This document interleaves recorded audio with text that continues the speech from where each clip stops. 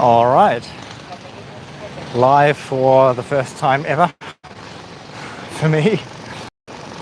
Let's see if anybody shows up.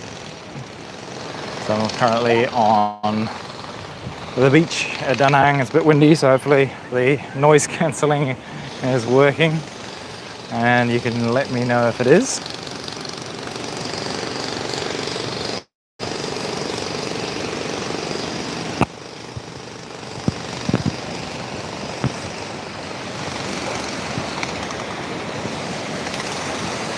So even though nobody's here yet, I'm gonna waffle on and share some thoughts on some experiences over the past few days, last week. Let me know if the noise cancelling is working. It is quite windy today, and so I'm hoping that this doesn't all just sound terrible. So why am I doing a live video? Well, for starters, going live at the moment, it appears to be, and we'll find out as I do this on a repeated basis, but going live appears to be a great way to grow an online audience at the moment.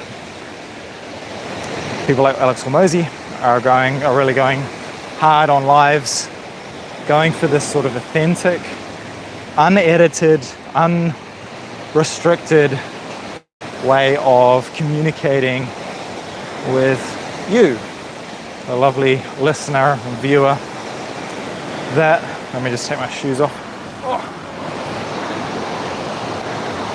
That creates a more authentic connection, a more real experience, because so often now the videos, the content that we see online is so edited and scripted, and you just don't know what do people actually like. What are they like when they're not sitting in front of a teleprompter, when they're not using lots of quick cuts, jump cuts to change how they appear.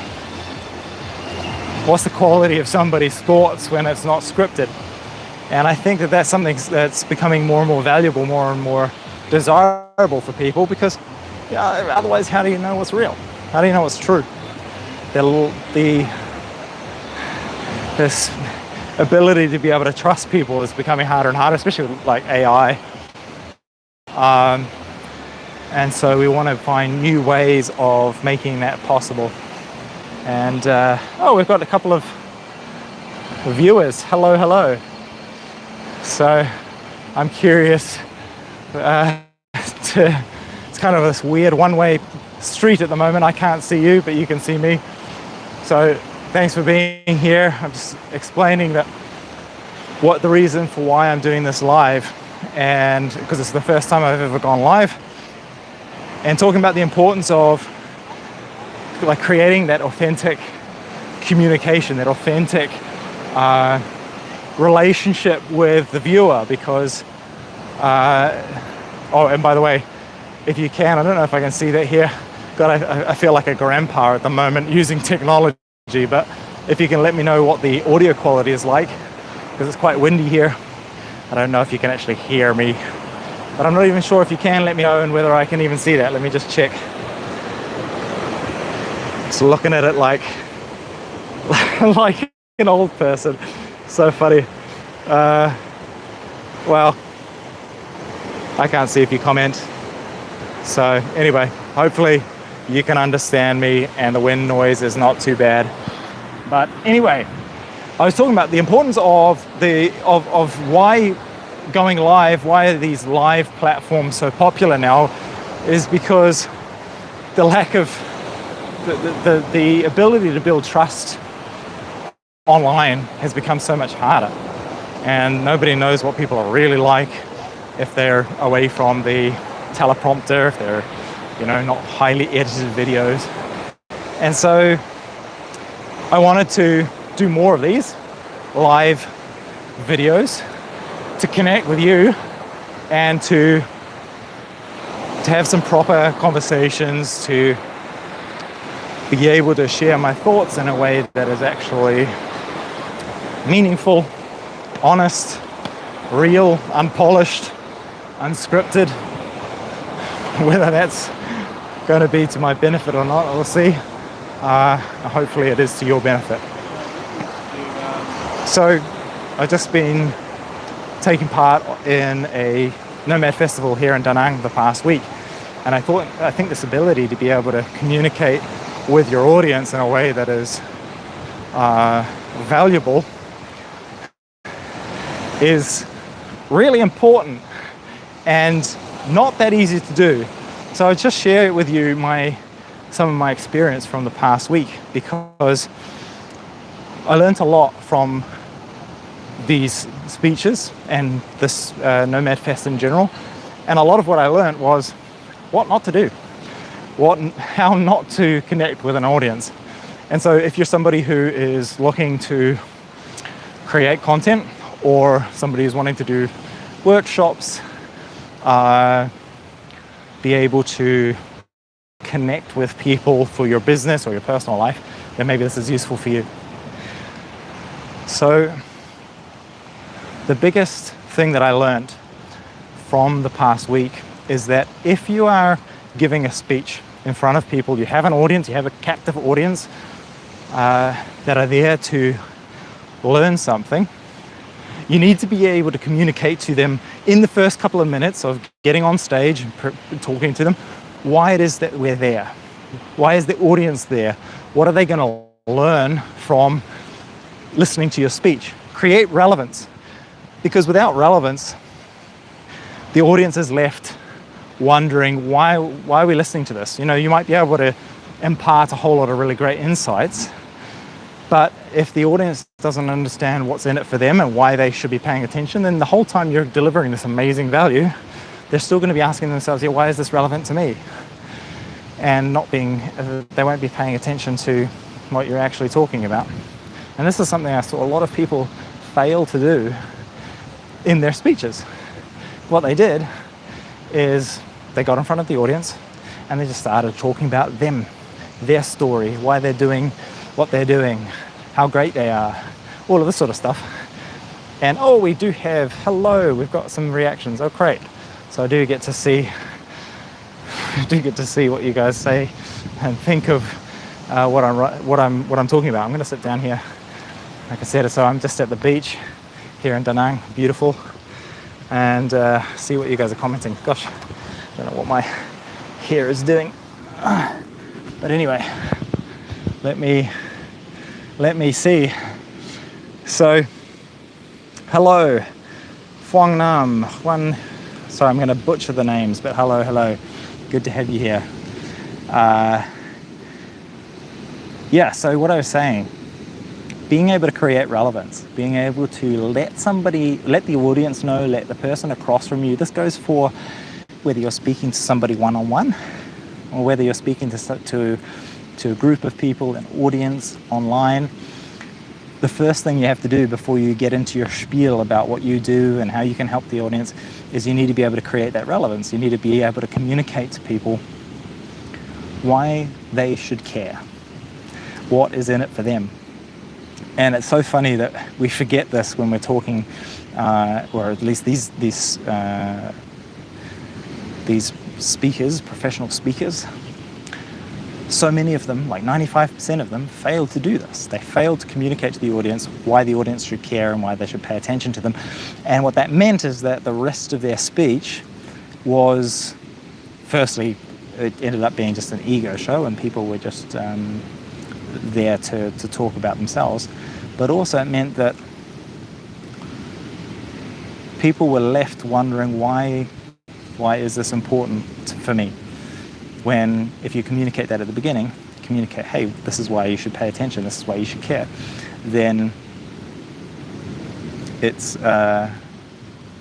you're going to have a captive audience, and then you're going to be, and then you can go into like, okay, this is why my experience matters. This is my story. This is why it's why you should care. But you've got to create that relevance first. That's cool. It's good to see some people reacting interesting. I see a lot of Vietnamese names. My apologies, I don't speak any Vietnamese except for Xin Chao and Cha Toi Mo Banh Mi. That's about it. Can ask for, a banh mi or something. I'd love to hear what is it that you're here for? Why? What are you hoping to hear? Maybe you can ask me a question. I'd love to answer any questions.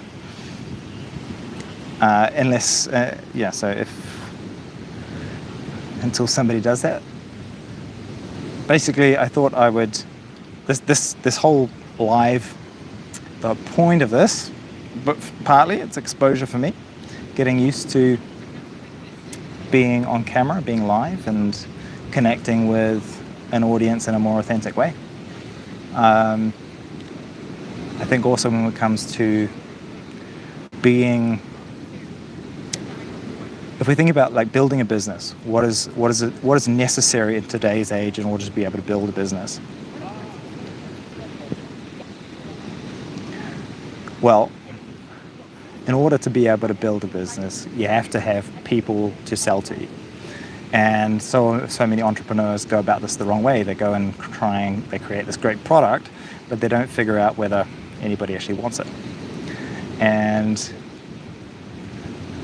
so part of going live is my strategy now to create an audience, create relevance, connect with people to figure out like what is it that you're struggling with, what are the challenges that you're facing, and how is it that I might be able to provide a solution for those challenges. And so going live is just a really great way to have these authentic conversations, and we're going to be doing more of these, and we'll see how it all goes. I just want to see whether I can turn this. Look at this beautiful beach.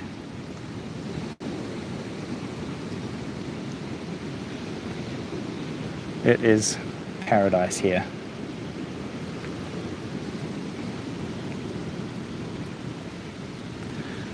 It's an amazing thing to be able to sit here, speak to you from this part of the world, and hopefully inspire and help in whichever way I can. There's also somebody out here kite surfing, which is very, very cool.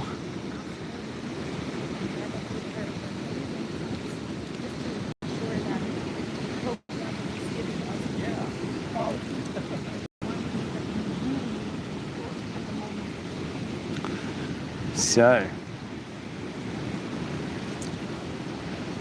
let's see. Oh, hello. You've got a viewer. How is it going?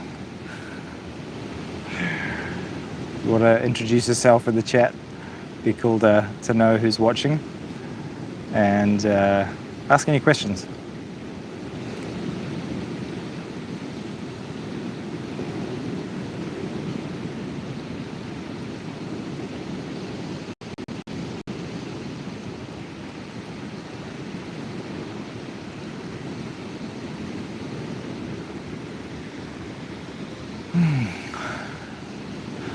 Another viewer.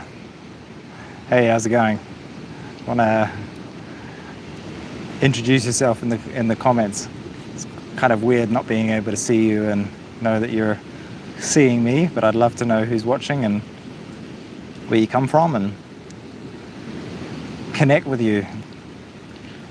That's the point of doing this live, is to be able to connect with some people locally.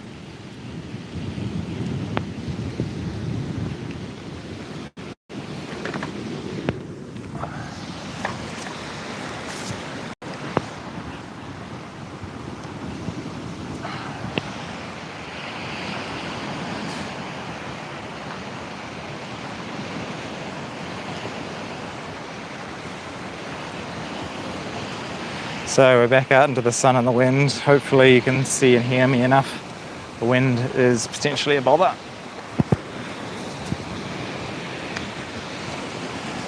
But let's see. So I'm just walking down the beach in Da Nang, and Yeah, it's paradise here. If you haven't been to Da Nang, you gotta come.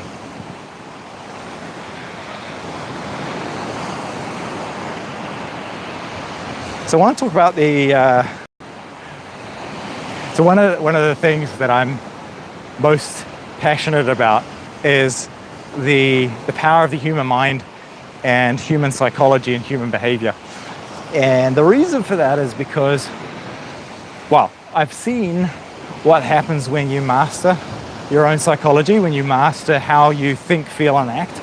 But I've also seen what happens personally when you get this stuff wrong and you end up falling into a spiral of poor habits, behaviors, ways of thinking that inevitably end up in misery. And that's what happened in my life. Was I externalized blame and I externalized responsibility for my life, and by doing that I basically created a living hell for myself.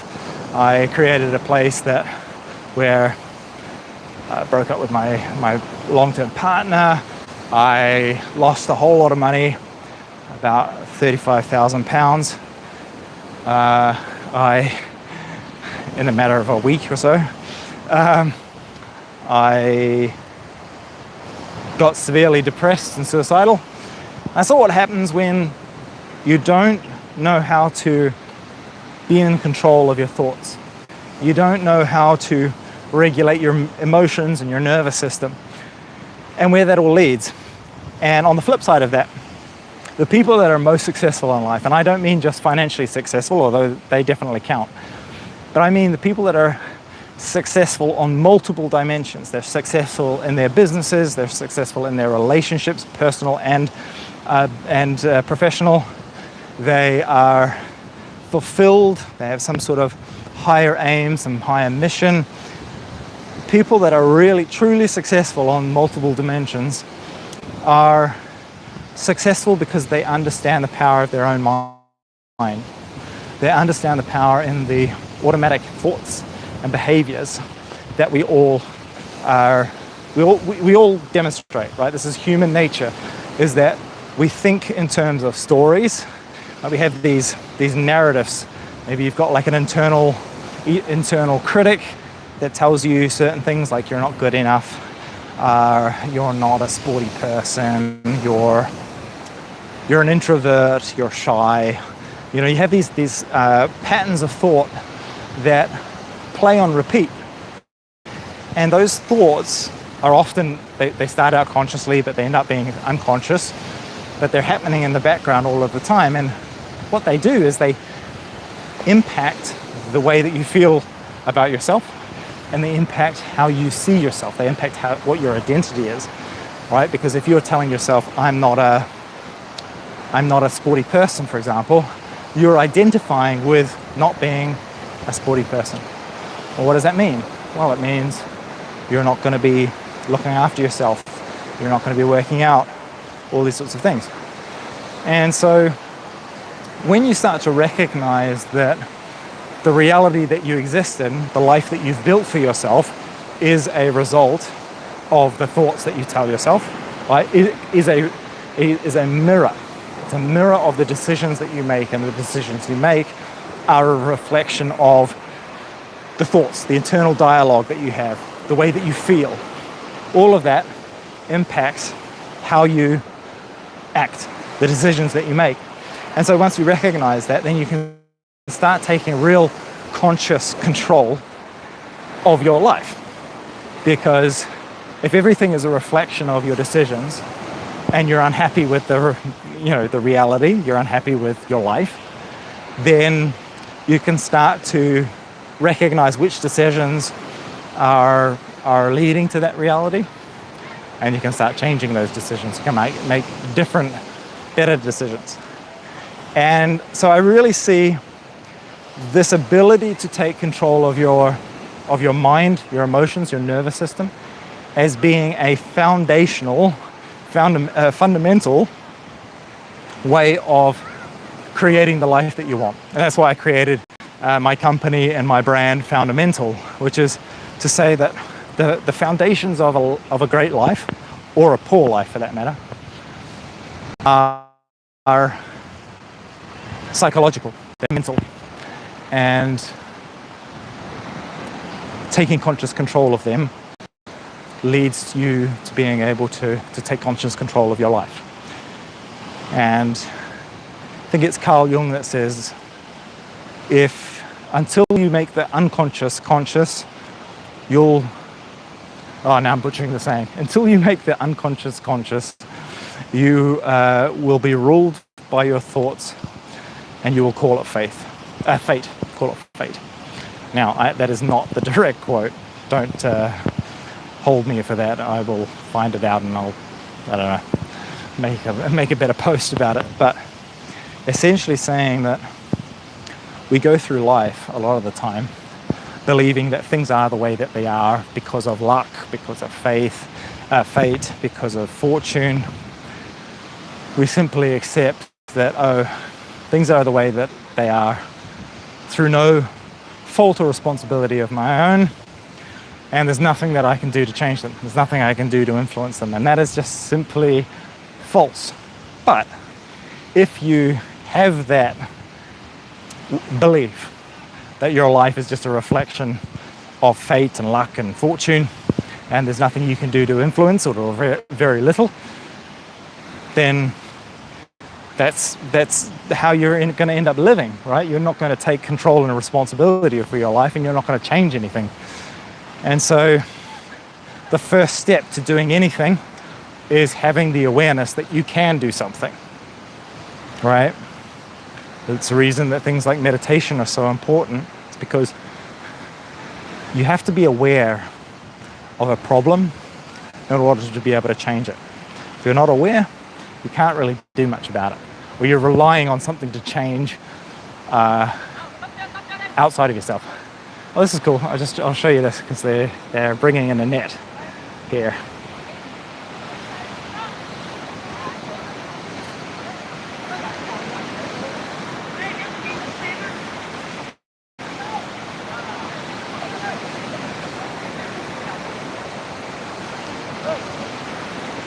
I wonder if they've got a good catch. It'll be interesting to see.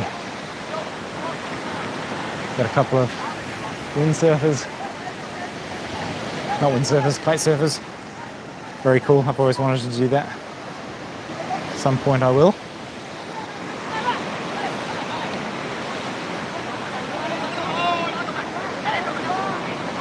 It'd be cool if just like land a giant squid or something.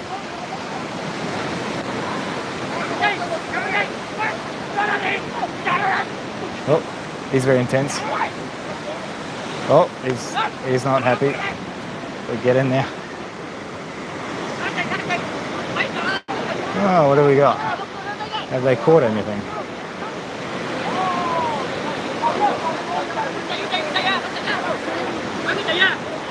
What is it?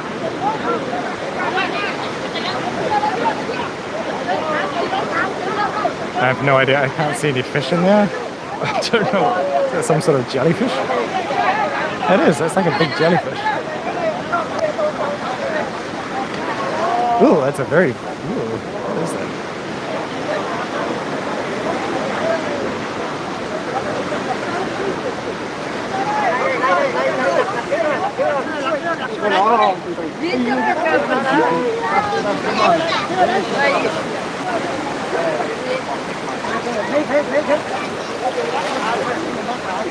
Okay. Little fish and jellyfish.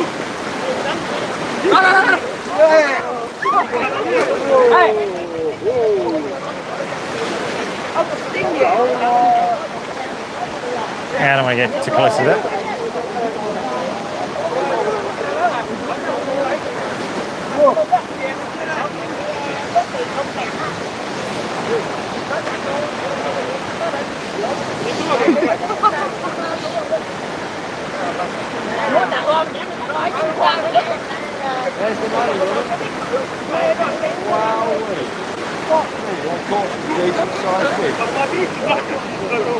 Were they trying to catch jellyfish or?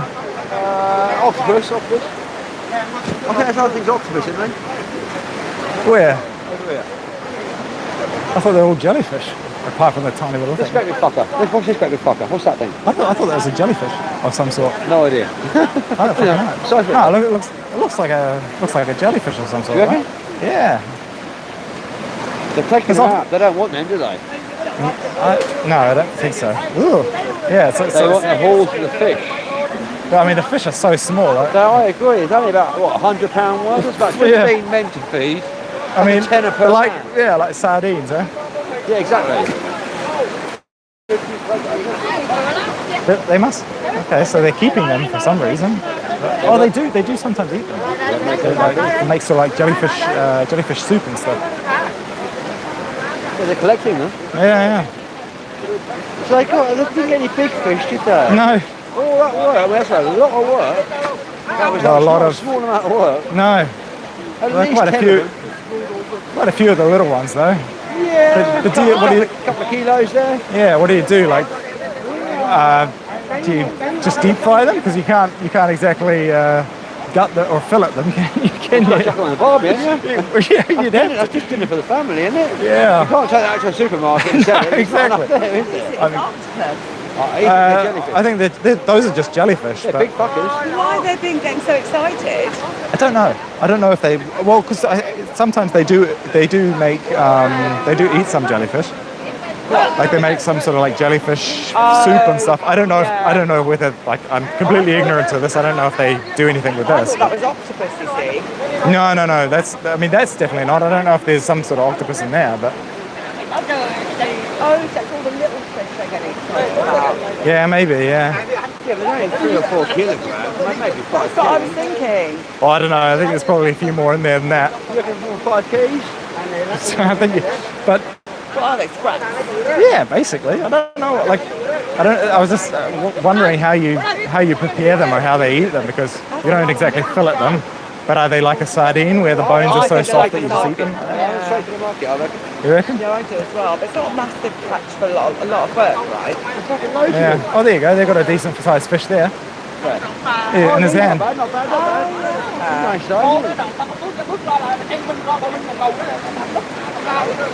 He's doing something with it because he's just getting rid of all the outside. Well, he must be getting rid of like the tentacles or something, and then they. But I don't know.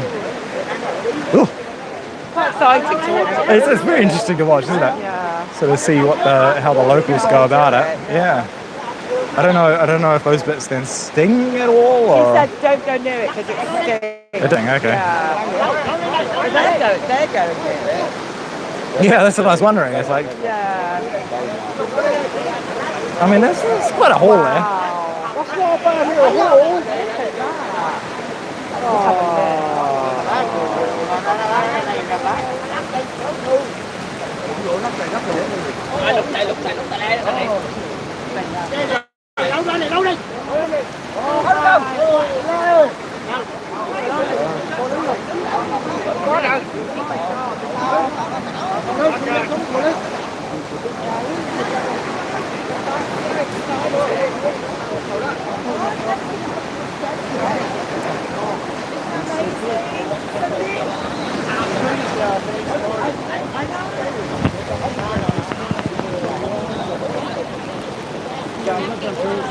A couple of big size fish in there.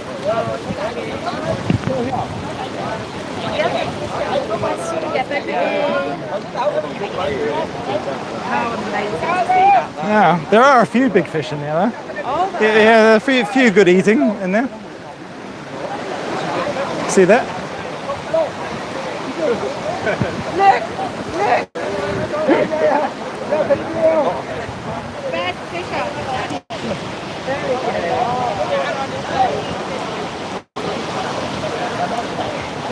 Wow. A lot of them, isn't there?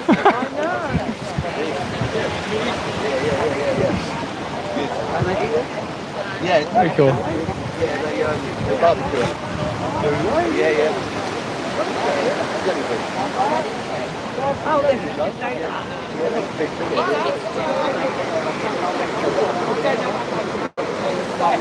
Well, there you go.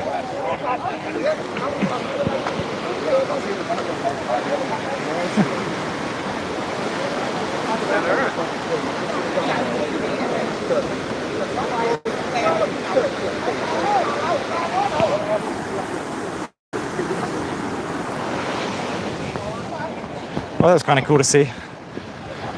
See the way that they're catching the fish here. It's quite interesting though, because so I'm from New Zealand originally, and those small fish, that was most of that catch, is stuff that we wouldn't go after at all, right? It's not a fish that we'd eat or bother catching.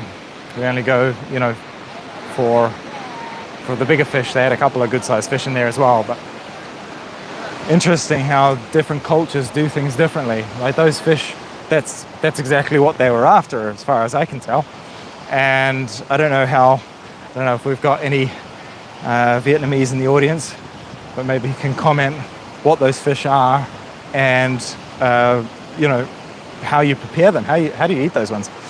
But yeah, very cool to see, very interesting, and interesting to see that difference in culture from what is seen as sort of valuable versus not valuable. Because I can't imagine, I imagine they'd probably just deep fry them more or less as is, get rid of the guts and then eat them as is. But if those bones are hard and there's basically only a little bit of meat, then I do wonder, what's the point, I guess. But anyway, clearly it's worthwhile for them. They value it, and maybe, I don't know, maybe it gets put into some sort of more processed food, the fish balls or something like that. Who knows? Maybe if you're familiar with the local the local fishing traditions, then chuck it in the comments. I'd love to know. So anyway, yeah, I'm just walking down the beach, and that's the kind of cool stuff that you can see here in Da Nang, and why I love living the digital nomad lifestyle, because you just get to experience so much. Up until a year and a half ago, I was just based in one place. I've done a lot of traveling around. I've lived in multiple countries, but lived in multiple Western countries, and sort of just thought that was still very much the normal way to do things. And once you recognize what's possible and how good life can get on the other side of naivety, then it just opens up so many doors, and you can come to places like this, right, and be walking down a beach like this in the middle of it on a Saturday, and really fully experiencing life and the different things that other cultures have to offer. I love it. But I'm going to turn around and go back the other way, because I'm otherwise going to get roasted on one side and be left very as red as my tank top. So I've got one viewer at the moment. I would love to hear where you're from. Are you from here in Da Nang? Are you a digital nomad? Where are you based? Let me know. Would love to. I want to make these lives, the purpose of these lives is to try and make it as interactive as possible, because I could record a piece of content, put it out there, and have people watch and not necessarily get any real feedback or any real connection with the audience. But I love the idea of having that real-time connection, even with somebody who might be on the other side of the world. I really value, I think that ability to connect no matter where we are, and to help each other in different ways, just by being, maybe it's just the association, maybe it's just the presence, the bearing witness to somebody else's life can be really helpful in many different ways. Maybe it's inspiration, maybe it's just entertainment. I say just, but entertainment can be really powerful as well, because we all have stuff that we go through in life. We all have challenges, and sometimes we just need a break and a change from the monotony of our own lives. And it can be really useful to have that distraction for a moment. But yeah, let me know where are you. Show us things that catch your eye right now. Things that catch my eye right now. Okay, well, I got to turn the camera around.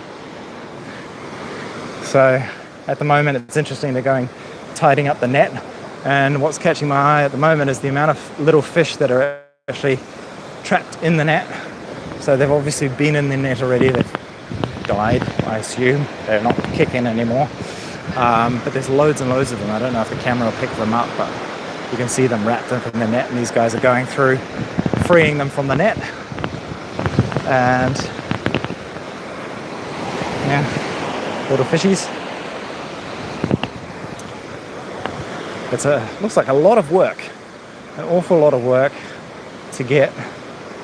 Well, I mean, they've seemed to have done a decent haul, but then I don't know how much work is then involved in preparing, cleaning up the fish afterwards. Because catching it's one thing, then doing something with the catch afterwards is another. Okay, so here we go. Get a bit of a better insight into the fish now. Yeah. So they've got a few bigger fish there. Lots of little ones. Even more to come. And those are massive jellyfish. So I go swimming in the sea and I wasn't aware that those jellyfish are out there. So that's a little bit of an eye-opener. Thank you for watching The Perfect Now. And yes, I know who you are.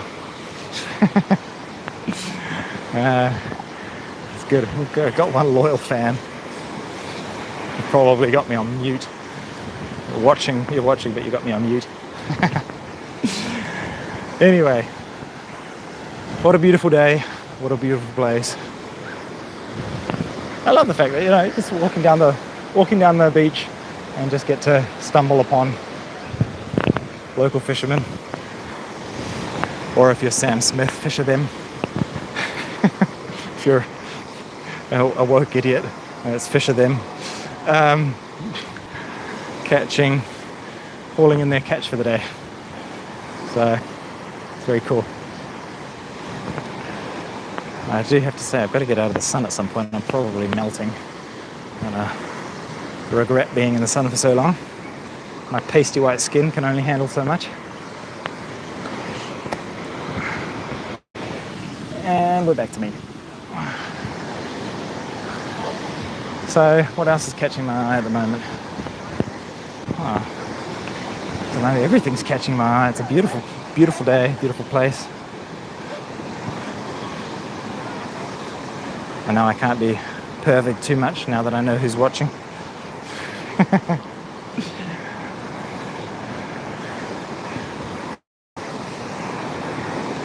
I'd love to know if you've got any questions, anything you want to know, pop it in the chat. I will happily answer it if I feel like it and ignore it if I don't.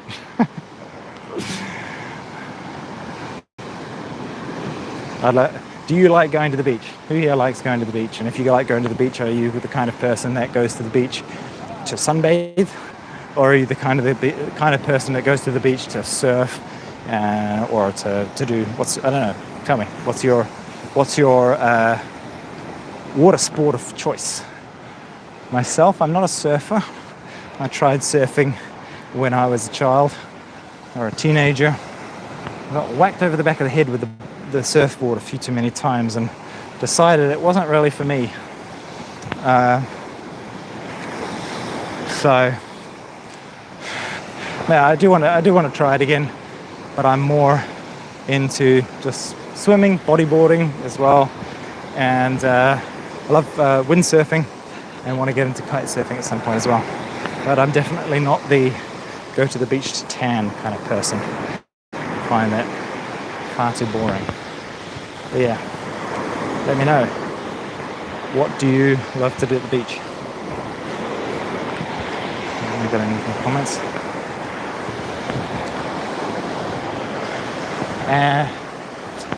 Yeah, what else is new?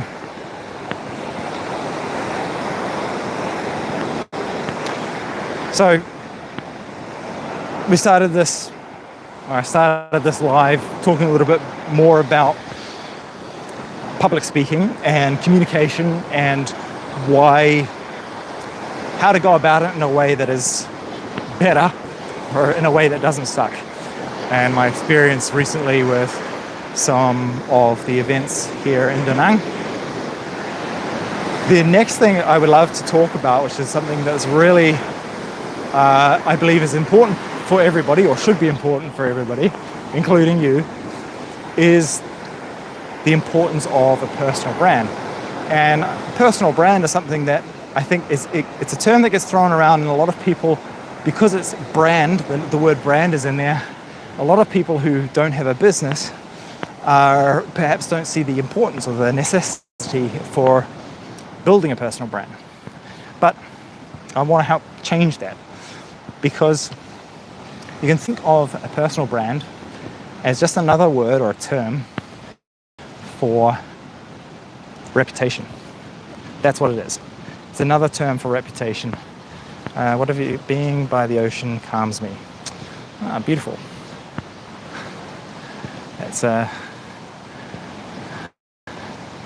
There is something very calming about being by the sea. I would say it calms me too. Right, I'm going to get out of the sun for a moment, hide in the shade under a coconut tree and hope that the coconut doesn't fall on me. Let's find one that doesn't actually have a coconut in there, because you do have to be a little careful, because this would be a nice tree to sit under, except for the fact that I might die. So yeah, I might die under that one as well. It's a bit of a risk. Okay, this one doesn't have any coconuts at the moment. So yeah, personal branding. Why is it important, and why should you care even if you don't have a business? So personal branding is just another term for reputation. It's reputation on a bigger scale. And the question you've got to ask yourself is, does having a reputation matter? And firstly, I would say we all have a reputation. You have a reputation whether you actively, intentionally build it or not. The problem is that if you don't intentionally and consciously build it, then you're leaving it up to fate to build it for you, and you're not being clear and decisive with your actions, and yeah, that could lead to problems. So the reason that you want to give some thought to having a personal brand is, at the moment we're going through obviously this very transitional phase, this transformative phase, where AI is changing lots and lots. Of course, it's massively disrupting pretty much any industry, and one of the main disruptions it's going to have on society and civilization as a whole is the disruption and deterioration of trust. We can no longer trust our eyes, our ears, and that is going to be a major problem, because trust is something that we have to have as a civilization, as a society. And so what's going to happen is that as trust deteriorates, as AI content, as AI avatars, for example, become really popular, much more commonplace, is there will be a shift of trust from being able to trust new things online, to having to default to people that we already know, like, and trust. It will be the people that have a widespread positive reputation that then all of the trust defaults to, because people coming onto the scene, you won't know whether they're AI or whether what they're saying is true, or whether they're even saying it. And this is going to be massively disruptive. And so if you've got a business, you need a personal brand that you can't do without it. And I'll go into a little bit as to why in a moment. But even if you don't have a personal brand, if you are somebody who, even if you're working in an organization, you have a typical, a career, a typical job, a personal brand is just who knows you and how do they know you. And if you want to ensure that you're irreplaceable, that's what a personal brand is going to be able to do for you, because all of a sudden instead of you being one of the cogs in the machine, you are seen as you become seen as the person, the go-to person, the person who is an industry expert, is reliable, is trustworthy, is hardworking, all of these things that you might want to incorporate into your personal brand. And so it's super important whether you have a job or whether if you've got a business, even more so. Now, when it comes to having a business, and why is it important to have a personal brand as opposed to just a business brand, is that the trust in institutions and in companies is already in the toilet, let's be honest. People, when a company launches an advertising campaign, you hear the advertising campaign and you know that they're just trying to sell you something. And so what we see online, for example, is that personal brands, or let's say company brands, when they advertise, they get very little traction. So we'll see like a company account, let's say Nike, for example, will have far fewer followers and get far less engagement on their content than the CEO of Nike, for example. Or same for Apple, right? If you look at the accounts of Apple will have very low engagement, whereas I'm going to butcher the name. Steve Cook, something Cook. Anyway, the CEO of Apple basically brings all of the business into Apple. And so if you're trying to sell something, like if you have a company, you want to have a personal brand, because your personal brand drives all of the traffic and all the business to the business. Because the personal brand, which is you, converts at a much higher rate because people know, like, and trust people. They don't know, like, and trust companies, or at least not to the same extent. So so it's really important to start to really give thought to, okay, how can I become known to the right people in the right ways? So part of what I'm doing now with the live, for example, is to expand that reach, is to start showing people, okay, this is who I am.